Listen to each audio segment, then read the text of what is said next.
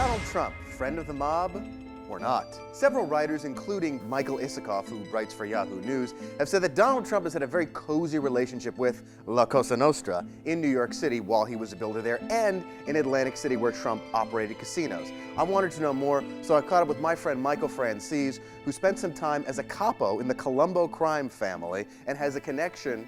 He's the son of one of the most noted underbosses in Mafia history. I ran into him once or twice. There was a private club. I think Trump belonged to it. Well, he was up there as a guest a couple of times, and we said hello, but that was the extent of it. Michael, in the 1980s, was one of the big movers and shakers in the Colombo crime family. And so I had to know if some of the allegations that have been reported in recent months are true. Was Donald Trump taking his construction companies and connecting them with the Mafia in order to build buildings in New York City?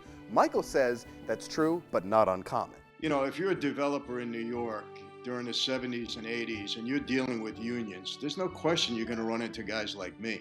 In fact, Michael also pointed out that Trump and people like him were at least a degree removed from the Mafia, because the whole idea was the Mafia controlled the unions and the unions controlled the construction contracts. Well, we controlled, many of the unions that these contractors and developers had to deal with. So I don't know if Donald himself had to deal with the unions, but certainly some of the general contractors and contractors that he used absolutely had to make deals with the unions. It's the only way to deal in New York. You could probably pin that one removed connection to the mob on just about every legislator, former governor, anybody who had anything to do with Atlantic City. I think just the connection itself, it's not going to be enough to hurt Trump. It's up to the voters. They decide what they choose to make their decision on. Again, there's no allegation Donald Trump has committed a crime.